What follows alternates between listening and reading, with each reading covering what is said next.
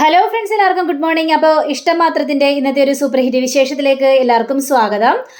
അങ്ങനെ നമ്മുടെ രചന മഞ്ജുമയ്ക്ക് കൈ നിറയെ പൈസ കൊടുത്തിട്ട് പറയുകയാണ്, ദയവ് ചെയ്ത് നീ എൻ്റെ സങ്കടമൊന്നും മനസ്സിലാക്കണം, എനിക്ക് വേണ്ടി എന്തെങ്കിലും ഒന്ന് ചെയ്യണം എന്നും പറഞ്ഞുകൊണ്ട് അവിടെ നിന്ന് പോവാണ്. അപ്പോൾ മഞ്ജുമ ഇങ്ങനെ കയ്യിൽ പൈസ കിട്ടിയിട്ട് ഇത് ഏതായാലും ഉപകാരപ്പെട്ടു, ഇനി നിന്റെ കാര്യം നടത്തി തരാൻ എനിക്ക് കുറച്ച് പാടാണെങ്കിലും ഞാൻ നോക്കാം, ഈ പണം വെച്ച് ഞാനൊരു കളി കളിക്കും എന്നൊക്കെ മഞ്ജിമ മനസ്സിലിങ്ങനെ ചിന്തിക്കുകയാണ്.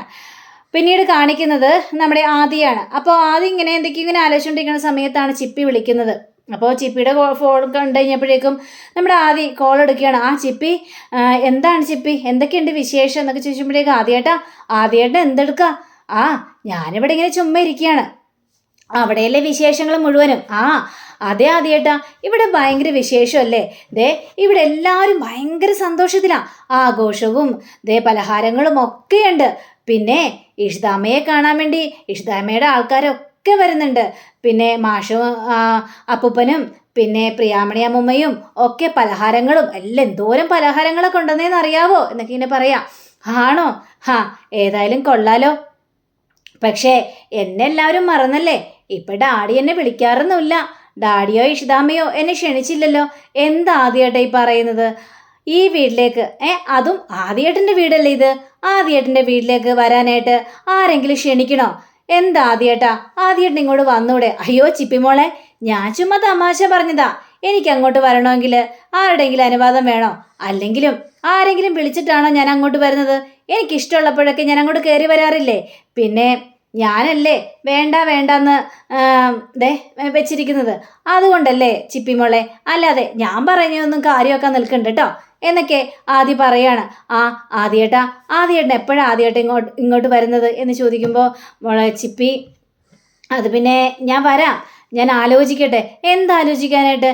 എനിക്ക് ആദ്യേട്ടന് ഈ പലഹാരമൊന്നും തരാഞ്ഞിട്ടെ ഒരു മനസ്സമാധാനമില്ല. പക്ഷേ ആദ്യം സംസാരിക്കുന്നത് മുഴുവനും നമ്മുടെ ആകാശ് അവിടെ ഇരുന്ന് ഇങ്ങനെ കേൾക്കുകയാണ്. അപ്പോൾ ഇവനെ എന്തെങ്കിലുമൊക്കെ കുരിഷ്ടം ഒപ്പിക്കണം എന്നൊക്കെ വിചാരിച്ചുകൊണ്ടാണ് ആകാശം അങ്ങനെ നിൽക്കുന്നത്. ആദ്യേട്ടൻ ഇങ്ങോട്ട് വന്നാൽ ഞാൻ എൻ്റെ പലഹാരങ്ങൾ മൊത്തം തരാം. എനിക്ക് ഇതൊക്കെ ആദ്യേട്ടൻ തരണമെന്ന് വല്ലാത്ത ആഗ്രഹമാണ് ആദ്യേട്ടൻ ഇങ്ങോട്ട് വാ. പിന്നെ ഡാഡിയും പറഞ്ഞായിരുന്നു, ആദിയെ കാണുന്നില്ലല്ലോ. പിന്നെ ഇഷിതാമ്മയും സംസാരിച്ചായിരുന്നു, ആദ്യേട്ടൻ ഇവിടെ ഉണ്ടായിരുന്നെങ്കിൽ വളരെയേറെ സന്തോഷമായിരുന്നു. ആദ്യമായിട്ട് ഇങ്ങോട്ട് വന്നൂടെ? ഞാൻ നോക്കാം ചിപ്പി, നാളെ ആവട്ടെ, ഏതായാലും നീ കിടന്ന് ഉറങ്ങിക്കോ എന്നും പറഞ്ഞുകൊണ്ട് അവിടെ ഫോൺ വയ്ക്കുകയാണ്. ഫോൺ വെച്ച് കഴിഞ്ഞപ്പോഴത്തേക്കും നമ്മുടെ ആദി കുറേ കാര്യങ്ങൾ ഇങ്ങനെ ചിന്തിക്കുകയാണ്. അവൾക്കൊക്കെ ഭയങ്കര സന്തോഷം, നമുക്കൊരു സന്തോഷമില്ല എന്ന രീതിയിലാണ് ആദ്യം അവിടെ ചിന്തിക്കുന്നത്. അപ്പോൾ ആകാശാണെങ്കിൽ ഏതായാലും ഇത് തന്നെ പറ്റിയ അവസരം എന്ന് പറഞ്ഞുകൊണ്ട് അങ്ങോട്ടും പോവാണ്. പിന്നീട് കാണിക്കുന്നത് നമ്മുടെ ഇഷിത. അപ്പോൾ ഇഷിതയും റൂമിൽ ഒരേ ജോലികളെല്ലാം ഇങ്ങനെ ചെയ്തുകൊണ്ടിരിക്കുമ്പോൾ മഹേഷ് കയറി വരിക. അപ്പോൾ മഹേഷ് കയറി വന്നിട്ട് എന്താ ഇഷിത ഇവിടെ ചെയ്യുന്നത് എന്നൊക്കെ ചോദിക്കുമ്പോൾ എന്ത് ചെയ്യാനായിട്ട്, ഞാൻ എന്നിവിടെ എന്തെങ്കിലും ചെയ്യാൻ സമ്മതിക്കോ? അച്ഛനമ്മ എൻ്റെ പിന്നിൽ നിന്ന് മാറുന്നില്ല, ഓരോ കാര്യങ്ങൾ എനിക്ക് വേണ്ടി ഇങ്ങനെ ഓടി ചെയ്തുകൊണ്ടിരിക്കുക. അതേതായാലും കൊള്ളാലാടോ, താൻ ലെക്കായി പോയില്ലേ, ഇനിയിപ്പോൾ ഒന്നും നോക്കേണ്ട കാര്യമൊന്നുമില്ലല്ലോ, ബോറടിയാണ് എൻ്റെ മഹേഷേ. എവിടുന്ന ഒരു മണോ? എന്ത് മണം? എന്താ മഹേഷിന് മണം വരുന്നില്ലേ? എനിക്ക് മണമൊന്നും വരുന്നില്ലല്ലോ. വരുന്നുണ്ട്, മസാല ദോശയുടെ മണം വരുന്നുണ്ട്. മഹേഷേ ഒന്ന് നോക്കിക്കണ്ടേ? എനിക്ക് മസാല ദോശയുടെ മണമൊന്നും വരുന്നില്ല, തനിക്ക് വെറുതെ തോന്നിയായിരിക്കും. ഇല്ല മഹേഷേ എന്താണ് മഹേഷിൻ്റെ കൈ പുറകെ കെട്ടിയിരിക്കുന്നത്? മഹേഷിൻ്റെ കൈ എന്ന് കാണിച്ചേ. എൻ്റെ കയ്യോ? ദേ കണ്ടോ? ഈ കൈയല്ല, ആ കൈയും കാണിക്കേ. ഈ കൈയും കണ്ടോ? മഹേഷേ ചുമ്മാ പറ്റിക്കല്ലേ, കൈ കാണിച്ചേ. അങ്ങനെ നമ്മുടെ മഹേഷിൻ്റെ കൈ പിടിച്ചിട്ട് മണത്ത് നോക്കിയാണ്. അമ്പട കള്ളാ, ഇതായിരുന്നല്ലേ? തിരിഞ്ഞ് ഇഷിത ചുമ്മാ പ്രശ്നം ഉണ്ടാക്കാൻ നിൽക്കല്ലേ, എനിക്കറിയാം. മസാല ദോശ കൊണ്ട് മേടിച്ചിട്ട് വന്നല്ലേ എന്ന് പറഞ്ഞിട്ട് കവർ അങ്ങോട്ട് തട്ടിപ്പറിച്ച് മേടിച്ചെടുക്കുകയാണ്. എന്നിട്ട് മണത്ത് നോക്കിയിട്ട് നല്ല മണം. മഹേഷേ, എനിക്ക് മസാല ദോശ വേണമെന്ന് ഞാൻ മഹേഷിനോട് പറഞ്ഞില്ലായിരുന്നല്ലോ, പിന്നെ എന്താ മസാല ദോശ മേടിച്ചിട്ട് വന്നേ? അതോ, ഭാര്യയ്ക്ക് എന്ത് വേണമെന്ന് ഭർത്താവിനോട് പറയേണ്ട ആവശ്യമൊന്നുമില്ല, ഭാര്യയുടെ ഇഷ്ടം മനസ്സിലാക്കി മേടിച്ചുകൊണ്ട് വരുന്നതാണ് ഒരു ഉത്തമമായ ഭർത്താവ് എന്നൊക്കെ പറയാം. ഓഹോ, അങ്ങനെ. എടോ, ഈ സമയത്ത് തനിക്ക് മസാല ദോശയൊക്കെ തിന്നണമെന്ന് തോന്നുന്നു എനിക്കറിയാന്നേ. അയ്യോ മഹേഷേ, എനിക്കങ്ങനെ കൊതിയൊന്നുമില്ല, ചുമ്മാ താൻ എന്നോട് കള്ളം പറയാണ്. പക്ഷെ മഹേഷേ, ആഗ്രഹങ്ങളൊക്കെ തോന്നേണ്ട സമയമൊന്നും ആയില്ല, അത്രയ്ക്കും മാസങ്ങളൊന്നും ആയില്ലല്ലോ. എന്നാലും തൻ്റെ മനസ്സിൽ മസാല ദോശ തിന്നണമെന്ന് ആഗ്രഹം ഉണ്ടായിരുന്നു, അതെനിക്കറിയായിരുന്നടോ. എന്താ ഞാൻ പറഞ്ഞ സത്യമല്ലേ? അത് പിന്നെ അങ്ങനെ ചോദിച്ചു കഴിഞ്ഞാൽ ഉണ്ടായിരുന്നു. എങ്കിൽ പിന്നെ മസാല ദോശ ഞാൻ തന്നെ വാരിത്തരാം എന്നും പറഞ്ഞ് നമ്മുടെ ഇഷിതയ്ക്ക് മസാല ദോശ കിള്ളി ഇങ്ങനെ വായിൽ വെച്ച് കൊടുക്കുക. അപ്പോഴാണ് ചിപ്പിയുടെ വരവ്. അപ്പൊ ചിപ്പി ചോദിക്കണേ, എന്താ ഇവിടെ നടക്കുന്നത്? അപ്പൊ ചിപ്പിയെ കണ്ടുകഴിഞ്ഞപ്പോഴേക്ക് രണ്ടുപേരും അന്തം വിട്ട് നോക്കി നിൽക്കുക. പറ എന്താ ഇവിടെ നോക്കി നിൽക്കുന്നത്? ആഹാ, കൊള്ളാലോ. അപ്പൊ അമ്മയ്ക്ക് മസാല ദോശ ആരും അറിയാതെ മേടിച്ചു കൊടുത്ത് വാല് വെച്ച് കൊടുക്കുകയാണല്ലേ? ഹമ്പടെ കള്ളവാ എന്നൊക്കെ ഇങ്ങനെ ചിപ്പിമോള് പറയാ. ദേ അച്ഛമ്മേ, അച്ചച്ച, ഓടി വന്നേ, ഇവരെന്താ ചെയ്യുന്നേന്ന് നോക്കിക്കണ്ടേ. അപ്പോ രണ്ടുപേരും ആകെ പേടിച്ചു പോയി. മഹേഷ് ആണെങ്കിൽ മോളെ വേണ്ട മോളെ, ഡാഡിയെ നാറ്റിക്കല്ലേ, അവരെന്തിനാണ്, അയ്യോ ഇവളെല്ലാം കൊളമാക്കും. അപ്പൊ ഇഷിതയ്ക്കാണെങ്കിൽ ചിരി സഹിക്കാനും പറ്റുന്നില്ല. അനുഭവിച്ചോ, ഞാനില്ലല്ലോ മസാല ദോശ മേടിച്ചിട്ട് വരാൻ പറഞ്ഞത്, തനത്താനെ മേടിച്ചിട്ടുണ്ടോന്നല്ല ആരും അറിയാതെ, ഇനി അനുഭവിച്ചോ എന്നൊക്കെ പറയുമ്പോൾ വീണ്ടും നമ്മുടെ ചിപ്പിക്ക് ചിരി സഹിക്കാൻ പറ്റുന്നില്ല. അപ്പൊ ചിപ്പിയാണെങ്കിൽ അതേ അമ്മുമ്മേ, അപ്പുപ്പ ഓടി വന്നണ്ടേ, ദേ എന്താ ചെയ്യുന്നേന്ന് നോക്കിക്കണ്ടേന്ന് പറഞ്ഞോണ്ട് ഒച്ചത്തി വിളിക്കുക. അയ്യോ മോളെ വിളിക്കല്ലേ, ആരെയും വിളിച്ചിങ്ങനെ കൂട്ടല്ലേ, ഡാഡി അവരുടെ മുന്നിൽ നാണം കെടും. എൻ്റെ പൊന്നു മോളല്ലേടി, ദേ അവരെയൊന്നും വിളിക്കല്ലേ കേട്ടോ. ചിരിച്ചുകൊണ്ട് അച്ഛമ്മേ അച്ഛച്ച ഇങ്ങോട്ട് വന്നേന്ന് പറഞ്ഞു ഓടി അങ്ങോട്ട് ചെല്ലുക. ഓടി നേരെ അവരുടെ അടുത്ത് ചെല്ലുന്ന കഴിഞ്ഞപ്പോഴേക്കും സ്വപ്നവും അതേപോലെ തന്നെ രാമനും ചോദിക്കണം, എന്താ മോളെ? അതെ നിങ്ങളിങ്ങോട്ട് വന്നേ, എന്തിന്? അതേ ഡാഡിയില്ലേ ആരും അറിയാതെ അമ്മയ്ക്ക് മസാല ദോശ മേടിച്ചു കൊടുത്തിരിക്കുകയാണ്, അത് കാണാൻ വേണ്ടിയാ ഞങ്ങൾ വരാം എന്നും പറഞ്ഞുകൊണ്ട് നേരെ അവർ റൂമിലേക്ക് കയറി ചെല്ലുകയാണ്. അപ്പോൾ ഇവരാണെങ്കിൽ ചമ്മി നാറിയൊരവസ്ഥയിൽ തലയും കുരിച്ച് നിൽക്കുകയാണ്. ആഹാ, അത് കൊള്ളാലോ, നീ അപ്പം ആരെ അറിയാതെ മസാല ദോശ മേടിച്ചു കൊടുക്കുമായിരുന്നല്ലേ ഇഷിതയ്ക്ക്? അപ്പം ഇഷിതയാണെങ്കിൽ അയ്യോ അമ്മേ ഞാൻ പറഞ്ഞിട്ടൊന്നും അല്ല, മഹേഷ് മേടിച്ചുകൊണ്ട് വന്നാണ്. അതിനെന്താ മോളെ, അതൊന്നും കുഴപ്പമില്ല. പിന്നെ നിന്റെ ഇഷ്ടങ്ങൾ അറിഞ്ഞ് മഹേഷ് ചെയ്തല്ലോ. പിന്നെ മഹേഷേ, നീ 2 പിള്ളേരുടെ അച്ഛനാണെന്ന് പറയുമ്പോഴേ നാണക്കേടാണ് കേട്ടോ. ഒന്നും അറിയില്ല നിനക്ക്. ഈ മാസത്തിൽ വല്ല ആഗ്രഹങ്ങളൊക്കെ തോന്നോ? ഇല്ലല്ലോ. ദേ അതേപോലെ തന്നെയായിരുന്നു രാമനെ ആരും അറിയാതെ എനിക്ക് ഇതേപോലെ മസാല ദോശയൊക്കെ മേടിച്ചുകൊണ്ട് വരും. അതല്ല എൻ്റെ വായിൽ വെച്ച് തരികയും ചെയ്യും. ഓരോ മാസം എന്തൊക്കെയാണെന്ന് രാമന് നന്നായിട്ട് തന്നെ അറിയാം. പിന്നെ ഓരോ മാസത്തിൽ എന്തൊക്കെ ചടങ്ങുണ്ടെന്നും അതേ പിന്നെ കുഞ്ഞ് ചവിട്ടുന്നുണ്ടോ എന്ന് പോലും ചോദിക്കും. ദേ സ്വപ്നം, ഇപ്പോൾ നിന്റെ വയറ്റിൽ കുഞ്ഞ് ചവിട്ടിയില്ലേ എന്ന് ചോദിക്കുമ്പോൾ അത് കറക്റ്റ് ആയിരിക്കുമെന്നേ. അതേപോലെയാണ് ഇത് കേട്ട മഹേഷ് ആണെങ്കിൽ രാമനെ തന്നെ നോക്കണം. അച്ഛാ, അച്ഛനും നാണം കെട്ടേ അച്ഛാ, അച്ഛനും ചമ്മിപ്പോയല്ലേ എന്നൊക്കെ ഇങ്ങനെ പറയാ. അപ്പോൾ മോളുടെ ഡാഡി ഈ അമ്മുമ്മയുടെ വയറ്റിൽ കിടന്നപ്പോഴേ ഏറ്റവും കൂടുതൽ ചവിട്ട് നിന്റെ ഡാഡിയുടെ കയ്യിൽ നിന്നായിരുന്നു. ഡാഡി കുറച്ച് കുസൃതിയായിരുന്നു, നല്ല ചവിട്ടായിരുന്നു അച്ചമ്മക്കിട്ട് ചവിട്ടിയത്. ആണോ ഡാഡി എന്നൊക്കെ ഇനി ചോദിക്കാം.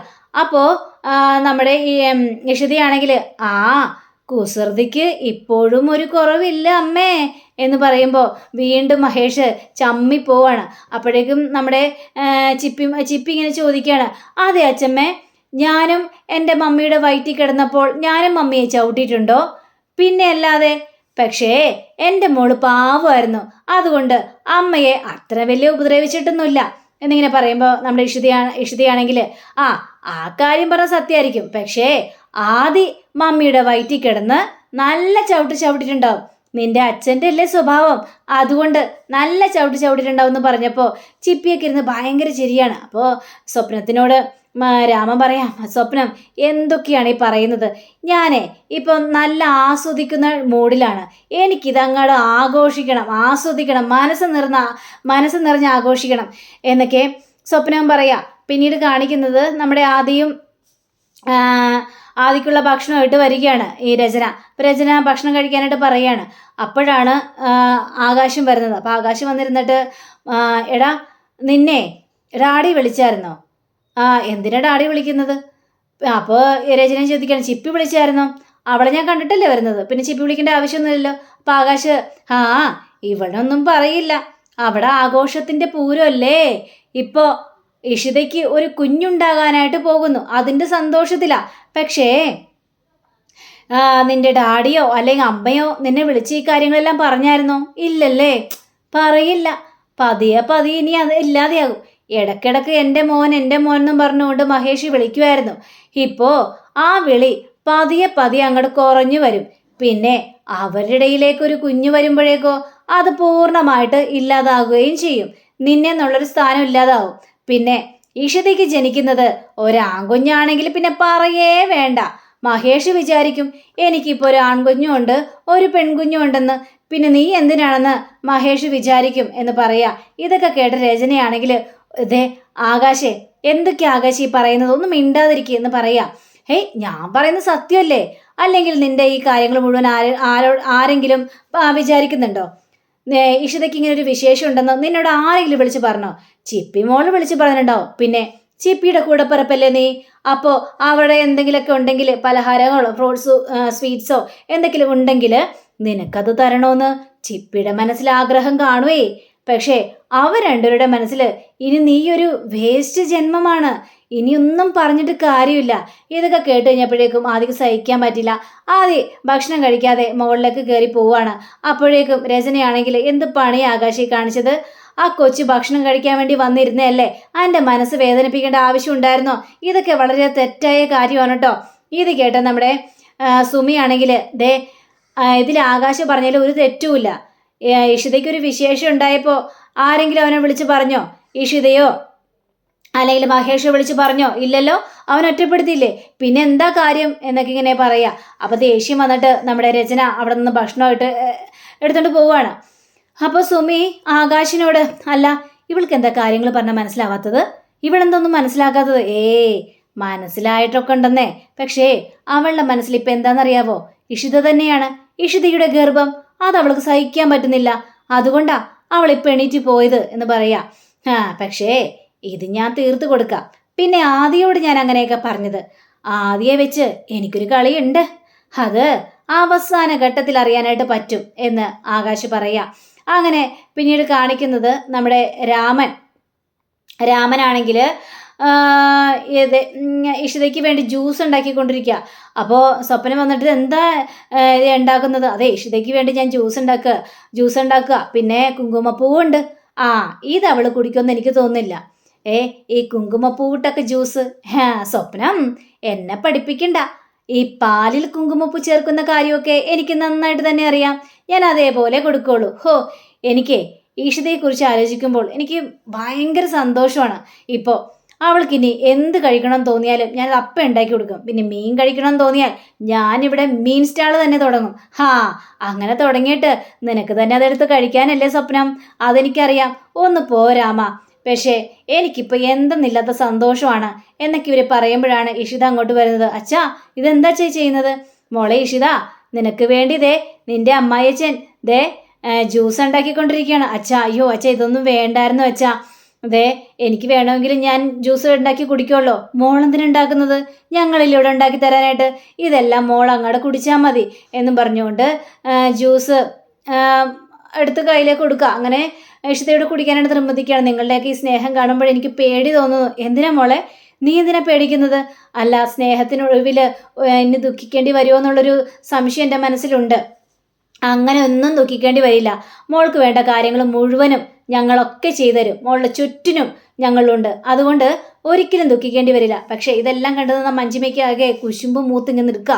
കണ്ടില്ലേ, ജ്യൂസും ഒക്കെ ഉണ്ടാക്കി കൊടുക്കുക. പക്ഷെ ഒന്നും അറിയാത്ത രീതിയിൽ ഈ മഞ്ജിമ വന്നിട്ട്, അതെ ഇഷിത ഏത് ഡോക്ടറെയാണ് കൺസൾട്ട് ചെയ്യുന്നത്? ഇത് കേട്ടുകഴിഞ്ഞപ്പോഴേക്കും, എന്താടി നീ വന്നല്ലോ വീണ്ടും കുനിഷ്ടൊപ്പിക്കാനായിട്ട്. ആ പെണ്ണിൻ്റെ ജ്യൂസ് പോലും കുടിക്കാനായിട്ട് സമ്മതിക്കില്ലേ? ഇതെന്തൊരു പാടാണ്. നിങ്ങൾ എന്തിനാ ഇങ്ങനെയൊക്കെ പറയുന്നത്? ഞാനതിനെ ഈ വിശേഷം ചോദിച്ചതാണ് ഇത്രയും വലിയ പ്രശ്നമായി പോയത്. നീ വിശേഷം ചോദിക്കാനല്ല, നിന്നെ കാണുമ്പോഴില്ലേ എനിക്ക് വെറിഞ്ഞു കയറുന്നുണ്ട്. നിന്നെ ഇവിടുന്ന് അടിച്ചിറക്കാൻ തോന്നുന്നത്. നിന്റെ മുഖം കാണുന്ന പോലെ എനിക്ക് ഇഷ്ടമല്ല എന്നൊക്കെ രാമൻ പറയാ. ദൈവമേ, ഇതെന്തൊരു അവസ്ഥയാണ്? ഏത് ഡോക്ടറെയാണ് കൺസൾട്ട് ചെയ്തെന്ന് ചോദിക്കുന്നതാണോ ഇത്രയും വലിയ കുറ്റം എന്ന് പറയുമ്പോൾ നമ്മുടെ ഇഷിതയുടെ മുഖഭാവം ഒന്ന് മാറുക. അപ്പോൾ അങ്ങനെയും കാണിച്ചുകൊണ്ടാണ് നമ്മുടെ ഇന്നത്തെ റിവ്യൂ ഇവിടെ അവസാനിച്ചിരിക്കുന്നത്. അടുത്ത റിവ്യൂവിനെ കാത്തിരിക്കുക. സബ്സ്ക്രൈബ് ചെയ്യുക. എല്ലാവർക്കും നല്ലൊരു ദിനം ആശംസിച്ചുകൊണ്ട് തന്നെ നമസ്കാരം. Thank you. ബൈ.